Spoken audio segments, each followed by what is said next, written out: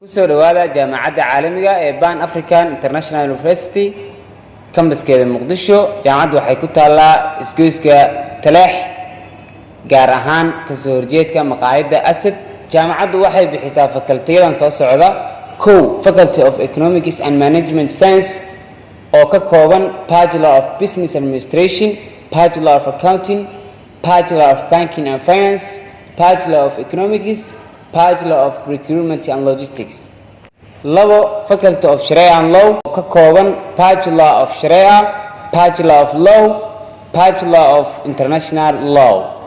Faculty of Agriculture and Veterinary and Marine oo ka kooban Bachelor of Agriculture, Bachelor of Veterinary, Bachelor of Marine.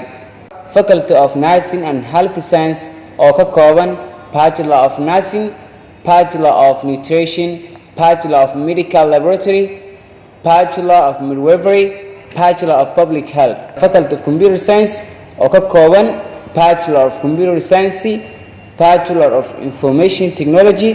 Faculty of Social Science and Humanities oo ka kooban Bachelor of Public Administration, Bachelor of Developmental Studies, Bachelor of Political Science, and Bachelor of International Relationship and Diplomacy.